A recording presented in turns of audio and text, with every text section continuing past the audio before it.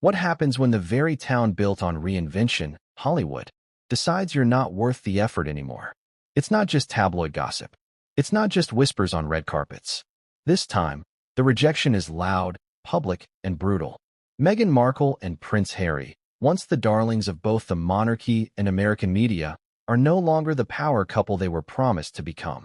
And according to none other than Joe Rogan himself, people are sick of them. The act has gotten stale. That statement didn't come from a royal correspondent or a PR spin doctor. It came from one of the most unfiltered voices in podcasting. And he's saying what insiders in Hollywood have only dared to whisper. Before we continue, please hit the like button, subscribe to the channel, and turn on the notification bell for updates. So how did it all fall apart? How did two people who walked away from the most famous royal institution in the world, only to land in the glittering hills of California with 9-figure media deals and prime Netflix placement, find themselves unwelcome, or worse, irrelevant? This is not just another scandal. It's a deeper unraveling, a cultural exile. And it didn't happen overnight. It built slowly, painfully, meeting by meeting, snub by snub, until the silence from Tinseltown became deafening. You think you know this story. You've seen the headlines, the Netflix specials, the glossy magazine covers. But what if I told you that behind those smiles and photogenic walks in Montecito, a very different narrative was playing out? One with power players backing away, executives quietly passing, A-listers avoiding eye contact, and Meghan, once poised to become the queen of post-royal Hollywood, watching it all slip through her fingers. Let's break it all down, piece by piece. And trust me, by the time you reach the end, you'll never look at those sunset Instagram photos the same way again. The fairy tale that wasn't. When Harry and Meghan stepped down from royal duties in 2020, the world gasped and then applauded. Here was a couple saying no to the stiffness of the monarchy and yes to personal freedom, California sunshine, and creative reinvention. Hollywood was intrigued. Streaming platforms lined up. Book publishers salivated. Oprah gave them a primetime slot. Spotify, Netflix, Penguin Random House. Everyone wanted a piece of the Sussex story. They weren't just royals anymore. They were a brand. A $100 million Netflix brand. A multi-year Spotify podcast empire. And with Meghan's former acting background and Harry's celebrity pedigree, the doors weren't just open, they were flung off their hinges. So what went wrong? How do you go from a golden couple poised to redefine fame and philanthropy to being the butt of late-night jokes and quiet industry blacklists? Joe Rogan breaks the silence. When Joe Rogan spoke out, he didn't mince words. He rarely does. On his widely listened-to podcast, The Joe Rogan Experience, he tackled the topic head-on. There's just no appetite for them. People are sick of it. The act has gotten stale. He didn't elaborate with politeness. He didn't buffer it with allegedly, or sources say. He just said it flat out. And that's what made it so powerful. Because in that moment, Rogan wasn't just sharing his opinion. He was verbalizing what countless studio executives, agents, producers, and A-listers have felt but never said out loud. That the royal shine has faded. That the mystique is gone. That Meghan and Harry, in trying to create a new identity, may have burned through all the goodwill they were once granted. And worse, they didn't seem to realize it. A tale of two receptions. At first, it all looked promising. Meghan and Harry were photographed with major producers. Their Netflix deal was celebrated in Variety. Archewell was branded as a next-generation media hub for impact storytelling. But slowly, the buzz shifted. The content wasn't landing. Meghan's podcast, Archetypes, came and went. The press releases were louder than the impact. A few high-profile interviews aired, but nothing stuck. Behind closed doors, things weren't going well either. Take Spotify, for instance. An insider told Vanity Fair about one meeting with Harry. He arrived late. He asked for a cup of hot chocolate. There wasn't any, so employees scrambled to find some. Now, on the surface, that sounds almost harmless. Maybe even charming. But in corporate settings, especially high-stakes creative meetings, small details carry big implications. Requesting hot chocolate during a pitch meeting, then not engaging with the pitch. That doesn't scream media mogul. It suggests detachment, disinterest, misalignment. The final insult? An idea was floated to Harry. What if you reviewed a different hot chocolate each week while chatting with a different friend? It was playful, a way to lean into the moment. The team reportedly rejected it outright. A missed opportunity? Or a clear sign that the Sussexes just weren't ready to play the Hollywood game? The cost of overexposure. There's an unwritten rule in Hollywood. Mystery is marketable. Relatability is currency. Overexposure is death. And Meghan, despite her media savvy, may have missed the memo. From curated interviews to highly staged Netflix documentaries, the public began to feel they were getting a very specific, very controlled narrative. One that never shifted. One that didn't surprise. One that, frankly, began to bore. Ironically, Meghan and Harry's original complaint was that the British press didn't let them control their own story. Now, with full control in Hollywood, they seem to have the opposite problem. Too much narrative. Not enough humanity. Too much strategy. Not enough spontaneity. And Hollywood noticed. Hopeless in professional settings, one insider reportedly said. Another, they pitch ideas that go nowhere. There's no follow-through. The fairy tale was unraveling, not in a scandalous blaze, but in awkward silences and pulled invitations. What's really being said behind closed doors? It's not just Joe Rogan. Insiders from talent agencies, production houses, and luxury fashion brands have all spoken, off record, about the Sussexes' growing unpopularity in elite circles. Top stylists quietly drop their names. Major directors pass on meetings. And PR teams now advise clients not to be seen aligning too closely with Meghan and Harry unless there's a very clear benefit. Even publicists, the very lifeblood of celebrity narratives, reportedly feel uneasy working with the couple. There's a fear of being dragged into their drama, or worse, becoming part of a narrative you can't control. Everyone's tired, one PR executive reportedly said. Tired of walking on eggshells. Why this story matters now? Some might wonder, why does this even matter? So Meghan and Harry lost a few industry allies. So what? Here's the thing. This isn't just about two celebrities fumbling a PR play. It's a bigger cautionary tale about fame, reinvention, and the limits of narrative control. Because if two globally famous, media-trained, well-connected individuals can go from media darlings to industry pariahs in under 3 years, what does that say about Hollywood's attention span? What does it say about the shelf life of curated victimhood? And what does it say about a town that will cheer your exit from one world, only to slam the door shut on the next? The fallout isn't over. Netflix is scaling back. Spotify pulled the plug. Amazon hasn't signed them. And Hollywood's A-list? Quiet. But here's the question that will guide the next 13 chapters. Was this fall from grace inevitable? Or did Meghan and Harry, in chasing freedom, lose something far more valuable? The trust of the very people who once welcomed them with open arms. We're about to explore what really happened behind those glass-walled boardrooms. The events that weren't caught on camera. The snubs that didn't make headlines, but sent unmistakable messages. Because as you're about to see, the signs were there all along. And what came next would change everything, and no one saw it coming. What came next wasn't a scandal. It wasn't a lawsuit or a leaked tape. It was something far more insidious, something more fatal to fame than a headline ever could be. It was silence.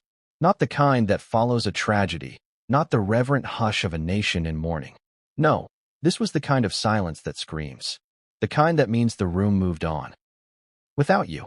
Montecito was supposed to be the beginning of everything. When Harry and Meghan packed their bags, left royal duties behind, and set up camp among California's most powerful and pristine, it was hailed as a fresh chapter. A declaration of independence. No more bowing to protocol. No more being silenced. No more living in anyone else's shadow. Or so they thought. Because when they arrived in Montecito, armed with brand deals, A-list dreams, and royal intrigue, they weren't just moving into a mansion. They were walking into a minefield. The mansion itself, of course, was straight out of a lifestyle magazine. Mediterranean style, with 9 bedrooms, lush gardens, and a chicken coop that Meghan herself showed off during the now infamous Oprah interview. It had all the trappings of the Hollywood dream. But dreams, as we know, can be deceiving. Ask yourself this. What happens when the golden gates close behind you and no one comes knocking? It started subtly. At first, there were whispers that Meghan had sent personalized welcome gifts to neighbors, and that most of them remained unopened, or worse, quietly returned. One source claimed she sent jars of jam from her own kitchen, complete with gold ribbon and a note signed in calligraphy. "So sweet," said one publicist, "but also a little extra."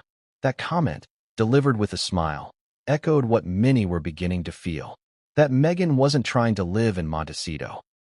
She was trying to dominate it. There's an old rule in Hollywood: never try to be the most important person in the room. Meghan walked into every room assuming she already was.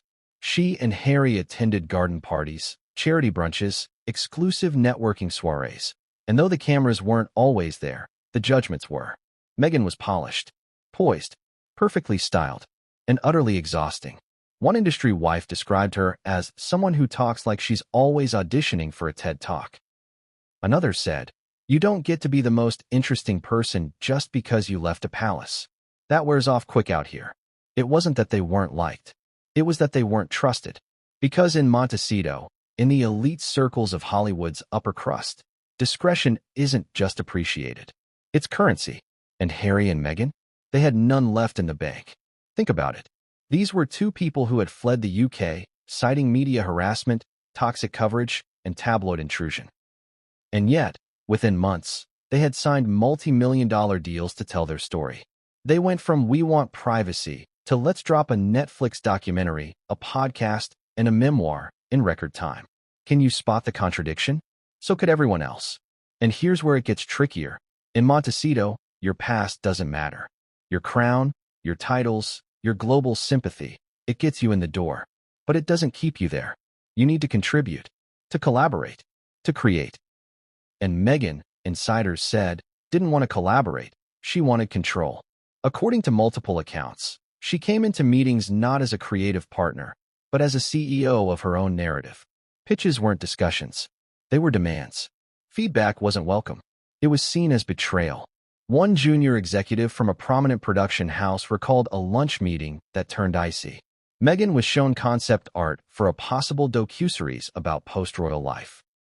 Something abstract, elegant, reflective. She smiled politely, the executive said. Then she asked why her name wasn't in the title. Another meeting ended with Meghan reportedly walking out mid-pitch. Why? Because the script didn't feature her speaking in the first 10 minutes. Let that sink in. And Harry? He was present, physically, but often distant. He didn't understand the lingo, one producer noted. He was polite, but seemed lost. Meghan was always in charge. And yet, beneath the surface, there was another dynamic playing out, a quieter one. Because while Meghan tried to build alliances, Harry was trying to find purpose. Friends say he explored roles with environmental causes, mental health organizations, even startup ventures. But there was a problem. He wasn't qualified. Not really. He was charismatic, yes. He had name recognition, absolutely. But in boardrooms full of Silicon Valley minds and entertainment sharks, Harry felt out of place. One source said he once asked a potential investor, "What exactly is venture capital?" They laughed. He didn't. And still, the world kept watching, waiting for the power couple to emerge from their Montecito base with bold projects, fresh collaborations, Hollywood magic. But the magic never quite materialized. Instead, something else happened. Silence. Their Netflix content underperformed. Spotify didn't renew. A-list friends stopped inviting them to dinners. Meghan's former colleagues went on with their lives, without her. The real blow came when a high-powered agency quietly passed on representing Archewell. No press release. No scandal. Just a simple decision, not worth the effort. Have you ever seen a slow-motion car crash? You can't look away, but you also can't stop it. That's what Montecito became for Meghan and Harry. The mansion was still pristine. The security still top tier. The chickens still clucking. But inside those walls, the calls were slowing. The meetings were drying up. The opportunities were vanishing. And here's the kicker. No one said anything publicly. Because in Hollywood, when the tide turns, it doesn't make a splash. It recedes. Quietly. Swiftly. Fatally. They weren't being targeted. They were being ignored. And that, in this town, is worse. One former publicist described it perfectly.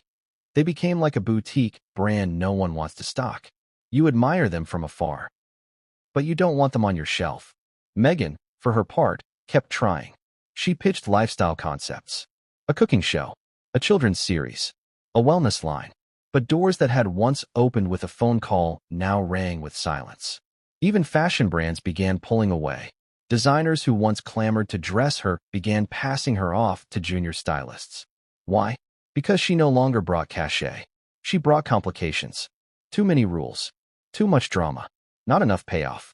The fairy tale was unraveling. And still, they posted smiling photos. Still, they appeared on magazine covers. Still, they spoke of new chapters and exciting ventures. But behind the scenes, one executive summed it up best. They were playing checkers. Hollywood's playing chess. The Montecito Mirage, as some insiders have called it, wasn't just about location. It was about illusion. The illusion that freedom would equal popularity. That leaving one institution meant automatic acceptance in another.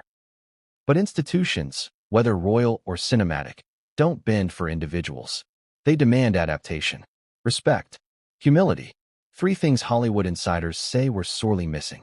And while Meghan tried to play Queen of Montecito, the court had already moved on. But the real twist? It wasn't just Hollywood that turned its back. It was the very platform that once promised to be their creative kingdom, Netflix. And the moment that changed everything took place on a single Zoom call.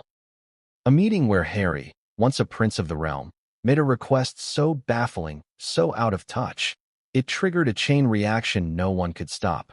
But what exactly happened on that call? And how did it seal their fate in the very industry they thought they'd conquered? That's what we'll uncover next. A Zoom call. Just another meeting on just another day, in a world ruled by screens and schedules. But this wasn't just any meeting. This was supposed to be the next big move for the Sussexes. A defining moment. A pitch that would anchor their Netflix relationship. Instead, it exposed everything. The story goes like this. Netflix execs had been waiting. Meghan and Harry were late. Again, not by hours, just 10 minutes. But in a room where every second is tied to millions of dollars, lateness is a language. It speaks of priorities. It whispers disrespect. And worse, it implies irrelevance. When they finally joined, cameras clicked on. Meghan poised. Harry casual. Smiles all around. Small talk. And then came the moment that would echo through every streaming boardroom in Los Angeles. Harry, halfway through the pitch, a pitch he was supposed to lead, interrupted to ask, "Sorry, does anyone happen to have some hot chocolate?" Silence. One of the junior assistants laughed nervously, thinking it was a joke. Meghan smiled politely. Executives blinked. It wasn't a joke. And in that moment, something shifted. It wasn't about the drink. Not really. It was about what the question represented. A disconnect. A prince who still hadn't realized the room had changed. That this wasn't a palace where things were fetched. This was Hollywood. You don't ask for hot chocolate during a pitch. You bring the pitch. You own the moment. You earn your relevance. That call ended politely, professionally, but internally, the Netflix team began whispering the two words no celebrity ever wants to hear. Dead weight. And it was around that time that Meghan's carefully laid PR machine began short-circuiting. Because up until that moment, she had always controlled the narrative. Every quote, every image, every interview. Remember the Oprah tell-all? That wasn't an accident. That was strategic, surgical storytelling. The lighting, the garden setting, the gentle yet probing tone. It was Meghan's masterclass in victimhood meets empowerment, and the world ate it up. For a while. But that was 2021. Now, in the cold light of 2025, things look very different. Why? Because repetition is the enemy of curiosity. And Meghan kept repeating herself. Same keywords, same stories, same sound bites. Silenced, misunderstood. Trying to heal. People nodded at first. Then they yawned. And in a culture that demands constant reinvention, Meghan's playbook was running dry. Let's talk about that playbook for a moment. Meghan's PR strategy has always been rooted in image control. She doesn't just manage optics, she micromanages them. Interviews are pre-approved. Photographers are selected. Questions are filtered, and anything off-message is quietly edited out post-production. But in doing so, she created a new problem. The more she tried to be relatable, the more she came across as rehearsed. And nothing repels Hollywood faster than inauthenticity. One PR insider shared this. Meghan doesn't understand that vulnerability isn't weakness, it's currency. People don't want to see a polished duchess. They want to see a person. Instead, What they got were branded stories, manicured tears, and anecdotes that always seemed to circle back to how she was the victim of the palace, of the press, of her own fame. Even fans started to notice. YouTube commentators began compiling clips where Meghan repeated the same phrases across multiple platforms. It was like we were on a loop, one viewer said. Different dress, same script. And then came the backlash. Subtle at first. A-list celebrities not reposting archetypes promotions. Stylists quietly distancing themselves from her team. Talk show hosts joking, lightly, then sharply. When Meghan appeared on the Cut magazine cover, her quote about being just a mom driving Archie to school was met with an avalanche of online sarcasm. Relatable queen, one tweet read, paired with a screenshot of her $1,200 cashmere coat. The contradictions were piling up. She spoke of healing while launching lawsuits. She preached privacy while filming documentaries. She wanted control, but resented criticism. It didn't take long for Hollywood to notice. Because while the public may forgive hypocrisy if it's charming or self-aware, Hollywood won't touch it if it smells like calculation. And Meghan, for all her acting background, had lost the one thing that makes stars magnetic: unpredictability. She had become predictable, and worse, preachy. Remember when she spoke at a women's empowerment summit and quoted herself? Let that settle in. Quoting yourself is the equivalent of showing up to a potluck with a dish only you like and insisting everyone eat it. And yet, that's exactly what Meghan did. Again and again. Then came the next blow. A rep from a major PR firm in LA leaked that Meghan's team had approached them for a possible brand revamp. Their verdict? We're not interested. Not because she lacked a story, but because she refused to let go of the old one. Meghan wanted to be seen as a changemaker, an icon, a spiritual successor to Diana. But what Hollywood wanted, what it needed, was someone who could evolve, someone who could laugh at herself, someone who didn't flinch when asked a tough question, someone who could sit on a late-night couch and not deliver a monologue about institutional trauma. But Meghan wasn't that someone. Instead, she doubled down, launched a lifestyle brand, revived a newsletter, started teasing organic jam jars with soft-focus photography. The response? Muted. Because here's the dirty secret about fame in LA. Once the town's done with you, nothing you do matters.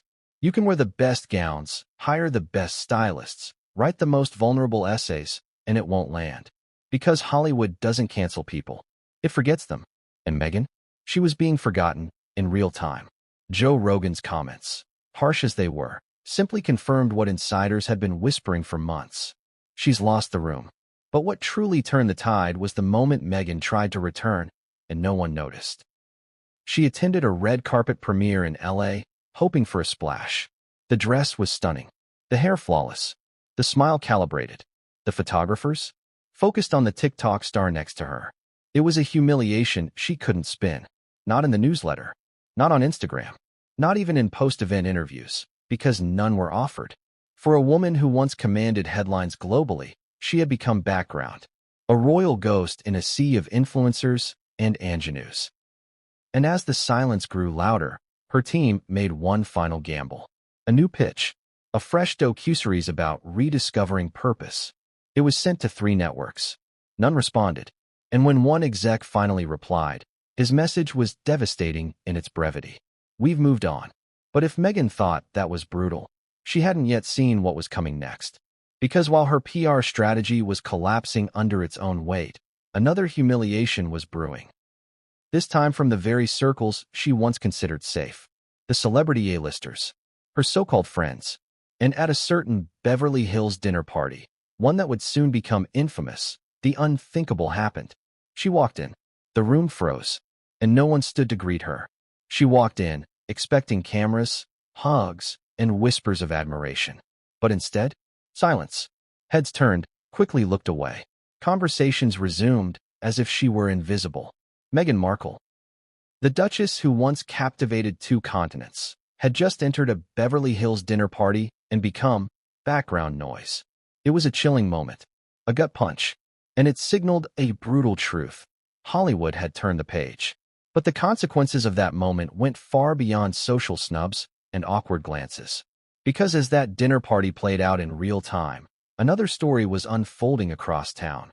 one that would quietly unravel Meghan and Harry's most high-profile deal. The Netflix honeymoon was over. Let's rewind. In 2020, when Meghan and Harry inked their reported $100 million deal with Netflix, the media went into a frenzy. Industry insiders called it a landmark moment, a cultural collision between royal legacy and streaming gold. Netflix framed it as a long-term partnership. Archwell Productions would deliver inspiring content, documentaries, films, even scripted series. It was a promise of meaningful storytelling, of values, of legacy. On paper, it was a win-win. Meghan and Harry got money, credibility, and an outlet. Netflix got royalty, spectacle, and headlines. But here's the thing about deals in Hollywood. Headlines are cheap. Deliverables are everything. And soon, it became clear, Archwell was all talk. The first few months after the signing were filled with excitement. Brainstorming sessions, high-level meetings, press releases. Meghan was reportedly in full control, shaping vision boards, hiring creatives, dictating tone. Harry, on the other hand, seemed less involved, more like an accessory to the brand than a driving force. Still, the pitch was enticing, a docuseries on inspiring figures, a feature about the Invictus Games, an animated children's show called Pearl, about a young girl inspired by female icons in history. Ambitious, glossy, brand safe. But inside Netflix headquarters, red flags started waving. The meetings dragged. Notes weren't implemented. Rewrites piled up. Ideas lacked structure. They came in with slogans, not stories, one producer later admitted. Everything sounded like a social justice bumper sticker. It wasn't just that the ideas were vague. It was that Meghan reportedly dismissed creative feedback. When seasoned showrunners suggested streamlining Pearl to focus on one timeline or reduce the didactic tone, Meghan pushed back. She wanted it her way, one insider revealed. But this isn't a palace. This is production. Things have to work. And then, the pandemic delays gave way to financial pressures. Netflix began tightening its belt. Projects were axed. Deals reevaluated. Suddenly, Meghan and Harry's contract, once a glittering crown jewel, was under scrutiny. And Pearl was one of the first casualties. In May 2022, Netflix officially canceled Pearl before it even went into production. Publicly, it was framed as part of a broader shift in animated content. But internally, the decision was more pointed. They had 2 years, one executive said, and nothing to show for it. That's when the whispers began. Archwell, they said, was underperforming. Meghan and Harry had overpromised and underdelivered. Netflix had other creators, more efficient, more collaborative, more bankable, who were producing award-winning content without the drama. The Sussexes, by contrast, had become a branding liability. Take the Harry and Meghan docuseries. It finally premiered in late 2022. 6 episodes, lavishly produced. A visual memoir of their journey, from royal insiders to California dreamers. It did well at first. Millions watched. Social media exploded. But the critical response? Mixed at best. Some praised the vulnerability. Others called it narcissistic. The biggest complaint? Redundancy. We've heard this all before, critics groaned. Another rehash of the same story. No new insight. No evolution. Even worse. The audience drop-off was staggering. Episode 1 had high numbers. By episode 6, viewership had plummeted. Netflix noticed. One analyst put it bluntly, they're not bingeable. They're background noise. And when executives looked at the data, the conclusion was obvious. The Sussexes weren't content creators. They were content themselves. And even that content had a shelf life. Behind the scenes, Netflix downgraded the deal. What started as a wide-ranging multi-year partnership quietly morphed into a first-look deal, meaning Archwell could pitch, but Netflix wasn't obligated to greenlight anything. It was a polite way of saying, we're not canceling you, but we're not betting on you either. For Meghan, it was a blow. For Harry, it was worse. One insider claims Harry took the downgrade personally. He reportedly asked why their efforts weren't being respected. We put our hearts into this, he allegedly said in a closed-door meeting. But hearts don't matter when your pitch meetings sound like charity events and your audience feels like they're sitting through a PowerPoint on trauma. Netflix needed content. Archwell delivered caution. And then came the final nail, Harry's memoir, Spare. While not a Netflix project, It impacted their brand relationship. The book, filled with explosive revelations, from frozen Todgers to royal rivalries, painted Harry as both wounded and vengeful. It sold millions, but deepened the fatigue. Because at some point, even the most scandal-hungry viewers get tired of the same wounds. Netflix executives watched the global reaction carefully. If the memoir was meant to spark curiosity about future content, it failed. Instead, it reinforced a pattern. Meghan and Harry weren't evolving. They were excavating. And audiences, especially American ones, were moving on. Meanwhile, other Netflix stars, real creators, were rising. Shonda Rhimes, the Duffer Brothers, Tim Burton. Even the Crown producers were delivering more nuanced takes on royalty than the royals themselves. By comparison, Meghan and Harry looked obsolete. One executive reportedly quipped during a strategy session, "We've already seen their season. It's reruns now." And that's the brutal part of Hollywood. You can be the headline one day and a footnote the next. Meghan tried to pivot. She floated new concepts. A lifestyle show inspired by her Montecito home, a wellness series about healing spaces, a scripted drama based loosely on her own struggles. Netflix passed. And when Meghan pushed harder, asking for a meeting with Ted Sarandos himself, the response was telling. "He's not available. That's Hollywood speak for, don't call us. We'll call you." And so the honeymoon, once broadcast with so much fanfare, ended with a whimper. The production offices were scaled back. Staff left quietly. Meghan's content calendar dried up. Harry turned his focus to speaking gigs and climate summits. And Archwell's once ambitious promise of impactful, inspirational storytelling faded into PowerPoint memories and half-written treatments. So what does it feel like to lose a $100 million platform? To go from media royalty to mid-tier creator? To realize your name no longer commands leverage in a room full of executives? Ask Meghan. Ask Harry. Or better yet, ask the Netflix intern who was on that fateful Zoom call, the one where Harry asked for hot chocolate mid-pitch. He'll tell you what every assistant, producer, and executive now knows. They had their shot. They fumbled it. And as the industry moved forward, Meghan and Harry were left standing in the rearview mirror, blinking in disbelief. But the Netflix chapter was only one part of the fallout.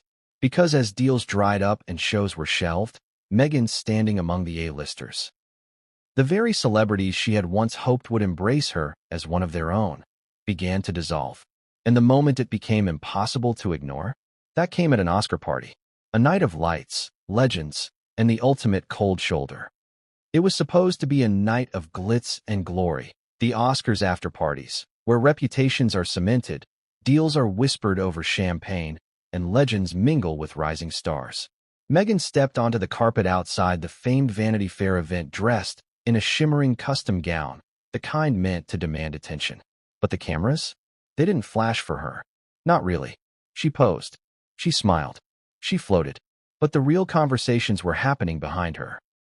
And across the country, in a dimly lit podcast studio, someone else was saying the one thing no one at that party dared to utter aloud. Joe Rogan didn't just speak. He detonated. "Hollywood has no appetite for them anymore," he said plainly. "People are sick of it. The act has gotten stale. No spin. No fluff. No protective PR barrier. Just a statement that cut deeper than any palace press release or British tabloid ever had.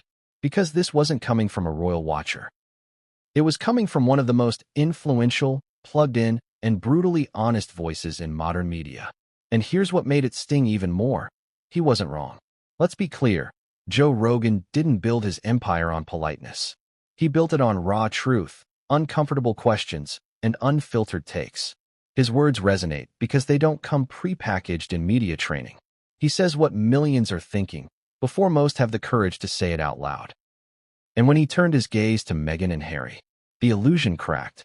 Rogan's takedown wasn't just a comment. It was a mirror, a reflection of what Hollywood insiders had been muttering behind closed doors. That the Sussex story had reached its final season. That the plot lines had grown repetitive. That the main characters refused to evolve. "They've played this card one too many times," Rogan said. "At some point, you've got to offer something else." And they haven't. He didn't laugh when he said it. He didn't shout. That made it worse. It was cold. Clinical. A diagnosis, not a joke.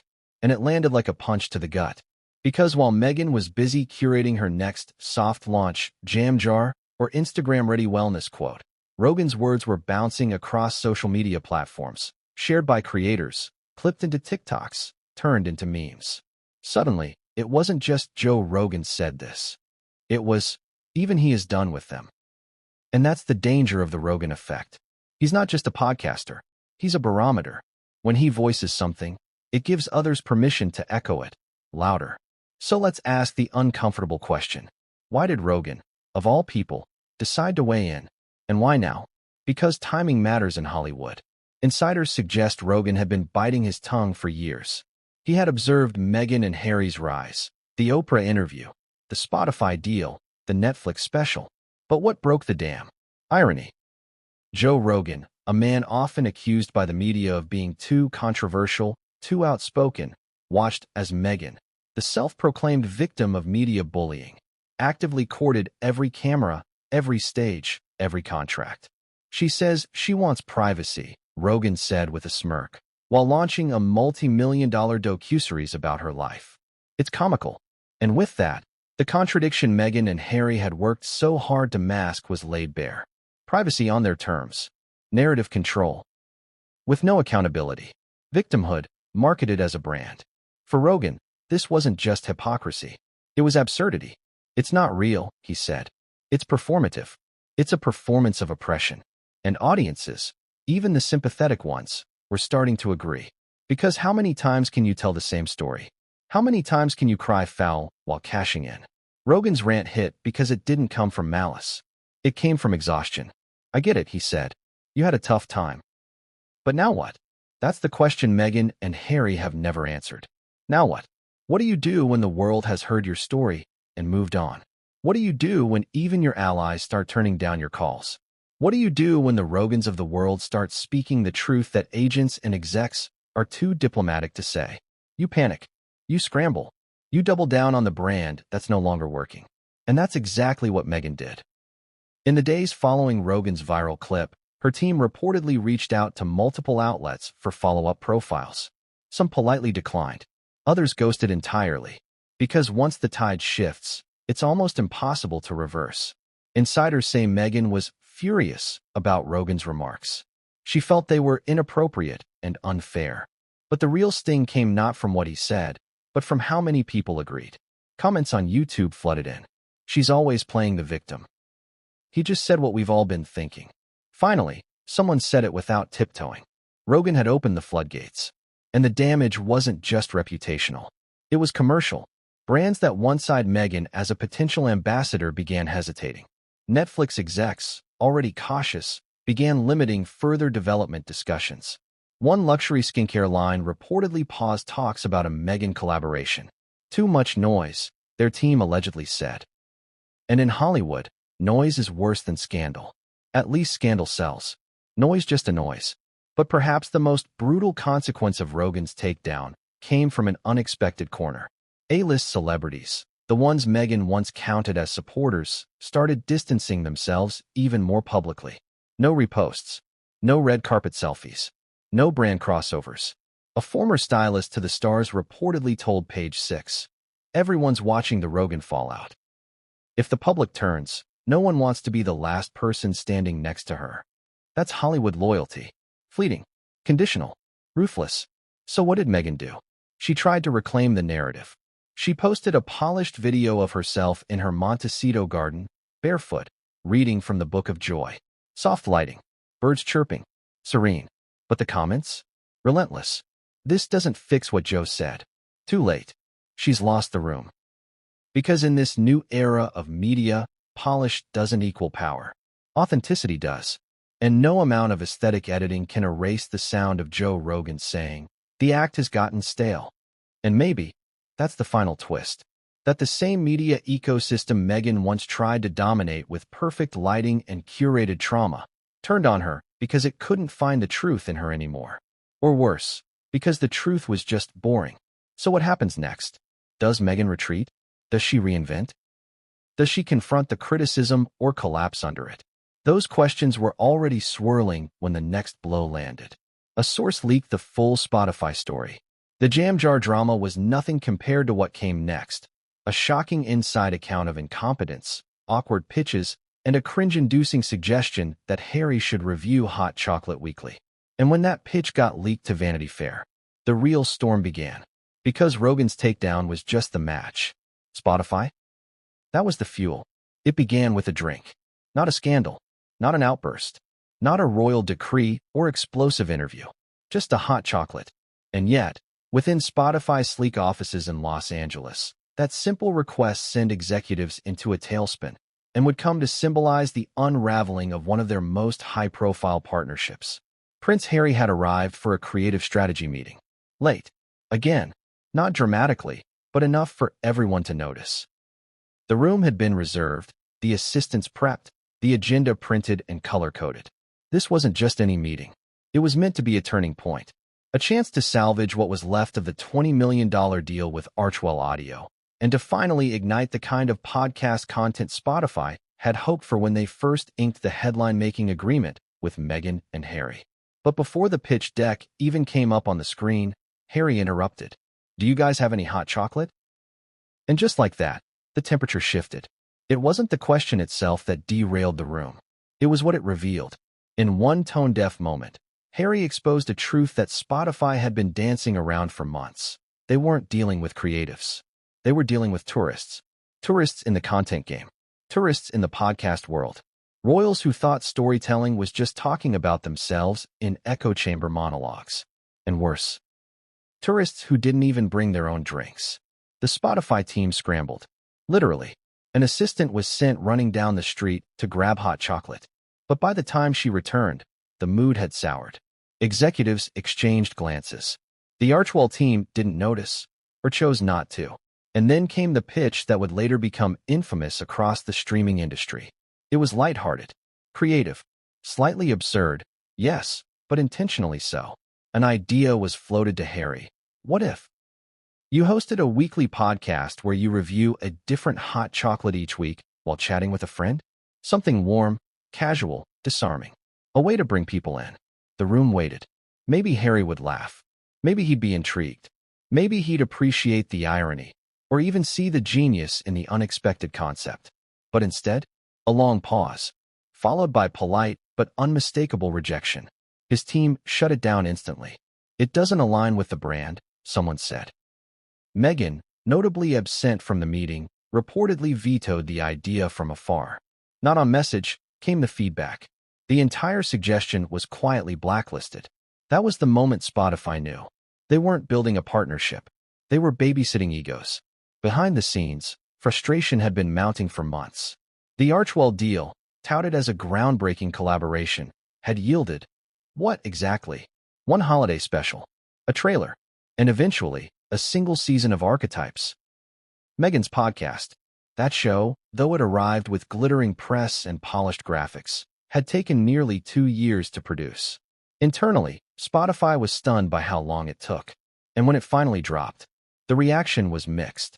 Meghan, in her signature tone, composed, poised, emotionally aware, interviewed high-profile women about labels, identity, and societal constraints.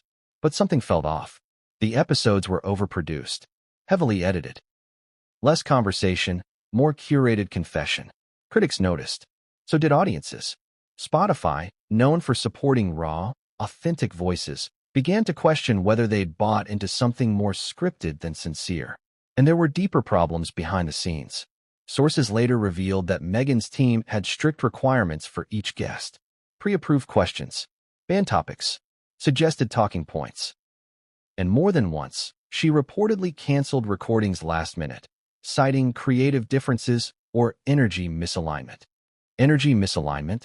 To Spotify producers who had built hits with the likes of Joe Rogan, Michelle Obama, and Brené Brown, this kind of behavior wasn't eccentric, it was untenable. And Harry? He was barely present. Though touted as a partner in Archwell Audio, he rarely contributed.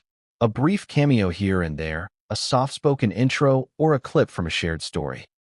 But no podcast, no consistent presence, no momentum.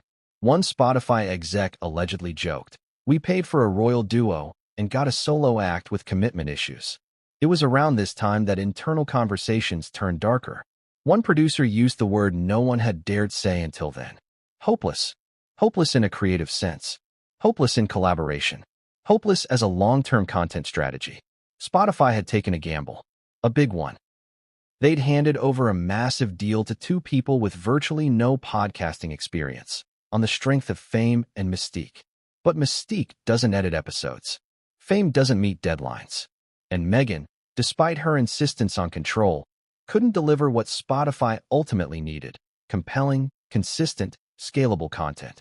It all came to a head during a quarterly review. Spotify's senior leadership, reviewing Archwell's performance, looked at the data, and it was brutal. Drop-off rates on archetypes were high. Engagement was lower than expected. Feedback from producers? Disillusioned. Guest availability? Dwindling. Worse, Meghan's team was reportedly difficult to reach. Feedback loops took weeks. Legal teams hovered over edits. Deadlines came and went. The honeymoon was long over. Then, quietly, Spotify began preparing for a separation. They didn't cancel the deal outright. That would spark headlines. Instead, they initiated what industry insiders call the phase-out. Budget freezes, fewer touchpoints, delayed follow-ups, passive disengagement. Meghan noticed. Her team reportedly sent frantic emails. What's going on? Why aren't you responding? Can we discuss season 2? But it was too late. Spotify had already moved on. They'd seen enough. The hot chocolate moment had become a metaphor, a shorthand among employees. We're being hot chocolate. They'd joke whenever a talent wasted time in meetings. It was mean. It was petty. But it was also true. And then the final blow landed. Vanity Fair published a damning expose. Inside, Spotify insiders went on the record, anonymously, confirming what many had suspected. The deal had gone sour. Meghan and Harry were difficult, unresponsive, and out of touch. The hot chocolate anecdote was included, not as a funny aside, but as a symbol of misalignment. The rejected podcast idea, highlighted and mocked. It could have been charming, one producer said. Instead, it became a punchline. And just like that, Archwell's audio ambitions collapsed. The media picked it up. YouTubers reacted. Twitter exploded. Podcasters, seasoned and aspiring, mocked the Sussexes' fall from streaming grace. But beneath the laughter was something more serious. This wasn't just about one failed deal. It was about credibility. In Hollywood, deals fail all the time. Shows get canceled. Stars fade. But when you are the brand, when you are the product, and you can't deliver, that's when the industry writes you off. Spotify's silent rebellion, their quiet retreat from Archwell, wasn't just a business decision. It was a message. Meghan and Harry had played the fame game, but they hadn't done the work. They wanted the platform, but not the pressure. They wanted the payday, but not the partnership. And so, Spotify walked away. No lawsuit. No dramatic exit. Just silence. The same kind that followed Meghan into the Vanity Fair party. The same silence that echoed when Joe Rogan took the gloves off. And the same silence that awaited Meghan when she dialed up her A-list contacts and found that the lines had gone cold. Because the real rebellion wasn't loud. It was quiet. It was elegant. It was final. But Meghan still had one more card to play. A party. A comeback. A gathering in the hills of Beverly Hills that would, she hoped, remind everyone who she was. Reinstate her place. Repair the cracks. What she didn't know? That party would deliver her most humiliating moment yet. A moment witnessed by some of Hollywood's most powerful names. A moment that would cement her new reputation, not as royalty, not as a media mogul, but as something far more damning. Someone who had fallen out of favor. You could almost hear the sound of the champagne flutes clinking, the soft jazz humming beneath the chatter of stylists, producers, and Oscar nominees. The room was a who's who of the entertainment elite. Crisp tuxedos, whisper-thin gowns, and egos just as tailored. But when Meghan Markle entered, something strange happened. Nothing. No gasps. No rush of attention. No eager publicist hurrying over with a camera crew. Just a momentary glance from a publicist near the bar. And then, a return to the conversation about an upcoming Netflix pilot. It was supposed to be Meghan's reset. An A-list gathering at a private Beverly Hills residence, hosted by a media titan known for curating the ultimate power rooms. Meghan, dressed in a flawless ivory silk gown. Galvin London, if the whispers were correct, arrived expecting warmth. Familiar faces. Maybe a few air kisses, and so glad you're here, squeals. What she got was a slow, suffocating chill. And the worst part? The room noticed. She walked in like the Duchess she once was, head held high, every movement choreographed, as if the Netflix downgrade, the Spotify ghosting, the Joe Rogan takedown hadn't touched her. But the energy had changed. Suddenly, people were adjusting in their seats. Phones were picked up. Drinks became urgent distractions. And slowly, methodically, her former friends began repositioning themselves, not toward her, but away. That's Hollywood code. And Meghan, for all her media savvy, recognized it immediately. You're not blacklisted. You're just not needed. But how did it come to this? How did the woman who once dined with George Clooney and texted with Oprah find herself floating alone in a crowd that used to orbit her? Let's break it down. 1. The Oprah effect wore off. Oprah gave Meghan and Harry the ultimate Hollywood welcome, a primetime special, globally streamed. Iconic, shocking, humanizing. But Oprah is a brand unto herself, and one known for moving forward fast. After that interview aired in 2021, Oprah publicly supported Meghan. But what came next? Nothing. No follow-up brunches. No collaborations. No special appearances together. And in a town like LA, silence is distance. When Oprah didn't renew the spotlight, others followed suit.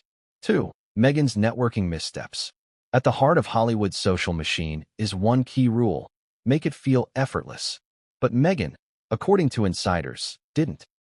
She reportedly followed up with stylists via assistants, not personal texts, sent baskets of curated goods after parties, offered unsolicited branding advice to other actors. It was all too much. She networks like she's selling something, one producer's assistant recalled. People can feel it. It's transactional. And worse, she allegedly had a habit of dropping names in conversation, even those of people who had started to keep their distance. Word travels fast in Hollywood. And reputation is everything. 3. The power couples didn't buy in. One of Meghan's strategies, insiders say, was aligning with other power couples, Beyoncé and Jay-Z, Ellen and Portia, Chrissy Teigen and John Legend. But here's the problem. Those couples are self-contained empires. They don't need to orbit anyone else. So when Meghan tried to integrate herself into their circles, through mutual stylists, public shout-outs, or thinly veiled admiration posts, it came off strategic. And in LA, strategy only works if it's invisible. 4. The PR fatigue set in. By 2023, A-listers began to feel it. Every time Meghan was in the room, the cameras followed. Not because of new projects, but because of the tension. Will she say something? Will she cry again? Will she tell another royal secret? It became a liability. Even at charity events, publicists reportedly began advising clients to keep a polite but cautious distance. She brings drama, one agent said. And we've got enough of that already. The freeze-out wasn't a moment. It was a movement. What Meghan felt at that Beverly Hills party wasn't just a cold room. It was a coordinated cultural cooling. People who had once reposted Archetype's podcast quotes on Instagram, silent. Designers who used to fight to dress her, now passing her name down the list. Celebrities she once called dear friends, suddenly too busy to meet for coffee. And then came the sharpest betrayal. Lily Reinhart. The Riverdale actress had once spoken up against online bullying, and, many assumed, was part of Meghan's newer Gen Z-friendly support base. But Lily was at the party that night, and when Meghan approached her, smiling, poised, Lily reportedly offered only a quick nod before disappearing into another conversation. It was subtle, but brutal, because the younger stars, the ones Meghan thought she might mentor, influence, elevate, had already moved on. They didn't want to be associated with the ex-royal activist archetype. They wanted relevance, buzz, TikTok virality, and Meghan's brand, once a hurricane of visibility, had slowed to a drizzle of recycled narratives. A quick note on the seating chart. Another insider leak came days later. Meghan had attempted to secure a front-row seat at a high-profile fashion show during LA Fashion Week. Her team lobbied hard. She was placed in the third row, just behind two influencers and the daughter of a reality star. It wasn't just a snub. It was a signal. Fashion, film, music, all corners of the entertainment industry were now cautiously backing away. And at the heart of it, fatigue. Not anger, not disdain, Just exhaustion. They'd heard the story. They'd seen the tears. They'd shared the posts. But nothing ever changed. Meghan remained stuck in the same gear. Trapped in a perpetual loop of victimhood, rebrand attempts, and social self-preservation. In a city addicted to reinvention, she refused to truly reinvent. And that left her isolated. Harry's absence. Adding to the awkwardness of that party was Harry's absence. He had opted out, reportedly due to a scheduling conflict involving a veterans charity. But some insiders whispered it was more than that Harry had grown tired of these rooms. He never quite fit in. He never wanted to pretend. And perhaps, he could sense something Meghan hadn't fully accepted. These people weren't her friends. Not anymore. They were acquaintances, performers, observers, waiting to see what she'd do next. And what she did next was a mistake. Later that night, Meghan reportedly approached one of the evening's high-profile guests, a director rumored to be helming a new Netflix female-led thriller. She tried to engage, speaking of the importance of women telling their own stories, of authentic narratives. But the director's response? A tight smile, a vague nod, and then a pivot to speak with Zendaya. Meghan stood there, momentarily, her smile frozen. And then, she quietly made her way toward the back of the room. That was the moment it became undeniable. The freeze-out wasn't passive anymore. It was active, coordinated, felt. Even in a room full of people, she was on the outside looking in. And the worst part? There was no camera crew to blame. No Palisade to scold. No British tabloid to point the finger at. This wasn't the UK. This wasn't the firm. This was Hollywood. And Hollywood doesn't exile you with a decree. It does it with silence. With forgetfulness. With seating charts. But the true tipping point, the moment where even Meghan had to face the brutal reality, came just days later when she attempted to secure a sit-down meeting with a former confidant. A woman she'd once called her mentor. A woman who, when she saw Meghan's name on the caller ID, didn't answer. And when Meghan followed up, she got a reply that sent chills. Hope you're doing well. Let's catch up sometime soon. No date. No time. No follow-up. That's Hollywood code for goodbye. But the public hadn't seen the full collapse yet. That was coming. Because the next stop in Meghan's unraveling wasn't a fashion show, or a party, or a ghosted phone call. It was the unraveling of her own foundation. The once mighty Archwell, which had promised to uplift voices and amplify truth, was about to implode from the inside. And what came out during that implosion would shake even her most loyal supporters. A Zoom call. Just another meeting on just another day, in a world ruled by screens and schedules. But this wasn't just any meeting. This was supposed to be the next big move for the Sussexes. A defining moment. A pitch that would anchor their Netflix relationship. Instead, it exposed everything. The story goes like this. Netflix execs had been waiting. Meghan and Harry were late. Again. Not by hours. Just 10 minutes. But in a room where every second is tied to millions of dollars, lateness is a language. It speaks of priorities. It whispers disrespect. And worse, it implies irrelevance. When they finally joined, cameras clicked on. Meghan poised. Harry casual. Smiles all around. Small talk. And then came the moment that would echo through every streaming boardroom in Los Angeles. Harry, halfway through the pitch, a pitch he was supposed to lead, interrupted to ask, "Sorry. Does anyone happen to have some hot chocolate?" Silence. One of the junior assistants laughed nervously, thinking it was a joke. Meghan smiled politely. Executives blinked. It wasn't a joke. And in that moment, something shifted. It wasn't about the drink. Not really. It was about what the question represented. A disconnect. A prince who still hadn't realized the room had changed. That this wasn't a palace where things were fetched. This was Hollywood. You don't ask for hot chocolate during a pitch. You bring the pitch. You own the moment. You earn your relevance. That call ended politely, professionally, but internally, the Netflix team began whispering the two words no celebrity ever wants to hear. Dead weight. And it was around that time that Meghan's carefully laid PR machine began short-circuiting. Because up until that moment, she had always controlled the narrative. Every quote, every image, every interview. Remember the Oprah tell-all? That wasn't an accident. That was strategic, surgical storytelling. The lighting. The garden setting. The gentle yet probing tone. It was Meghan's masterclass in victimhood meets empowerment, and the world ate it up. For a while. But that was 2021. Now, in the cold light of 2025, things look very different. Why? Because repetition is the enemy of curiosity. And Meghan kept repeating herself. Same keywords, same stories, same sound bites. Silenced, misunderstood. Trying to heal. People nodded at first. Then they yawned. And in a culture that demands constant reinvention, Meghan's playbook was running dry. Let's talk about that playbook for a moment. Meghan's PR strategy has always been rooted in image control. She doesn't just manage optics, she micromanages them. Interviews are pre-approved. Photographers are selected. Questions are filtered, and anything off-message is quietly edited out post-production. But in doing so, she created a new problem. The more she tried to be relatable, the more she came across as rehearsed. And nothing repels Hollywood faster than inauthenticity. One PR insider shared this. Meghan doesn't understand that vulnerability isn't weakness, it's currency. People don't want to see a polished duchess. They want to see a person.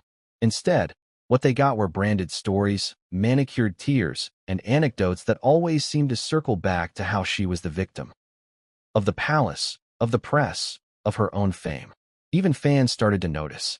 YouTube commentators began compiling clips where Meghan repeated the same phrases across multiple platforms. It was like we were on a loop, one viewer said. Different dress, same script. And then came the backlash. Subtle at first. A-list celebrities not reposting archetypes promotions. Stylists quietly distancing themselves from her team. Talk show hosts joking, lightly, then sharply. When Meghan appeared on the Cut magazine cover, her quote about being just a mom driving Archie to school was met with an avalanche of online sarcasm. Relatable queen, one tweet read, paired with a screenshot of her $1,200 cashmere coat. The contradictions were piling up. She spoke of healing while launching lawsuits. She preached privacy while filming documentaries. She wanted control, but resented criticism. It didn't take long for Hollywood to notice. Because while the public may forgive hypocrisy if it's charming or self-aware, Hollywood won't touch it if it smells like calculation. And Meghan, for all her acting background, had lost the one thing that makes stars magnetic: unpredictability. She had become predictable, and worse, preachy. Remember when she spoke at a women's empowerment summit and quoted herself? Let that settle in. Quoting yourself is the equivalent of showing up to a potluck with a dish only you like and insisting everyone eat it. And yet, that's exactly what Meghan did. Again and again. Then came the next blow. A rep from a major PR firm in LA leaked that Meghan's team had approached them for a possible brand revamp. Their verdict? We're not interested. Not because she lacked a story, but because she refused to let go of the old one. Meghan wanted to be seen as a changemaker, an icon, a spiritual successor to Diana. But what Hollywood wanted, what it needed, was someone who could evolve, someone who could laugh at herself, someone who didn't flinch when asked a tough question.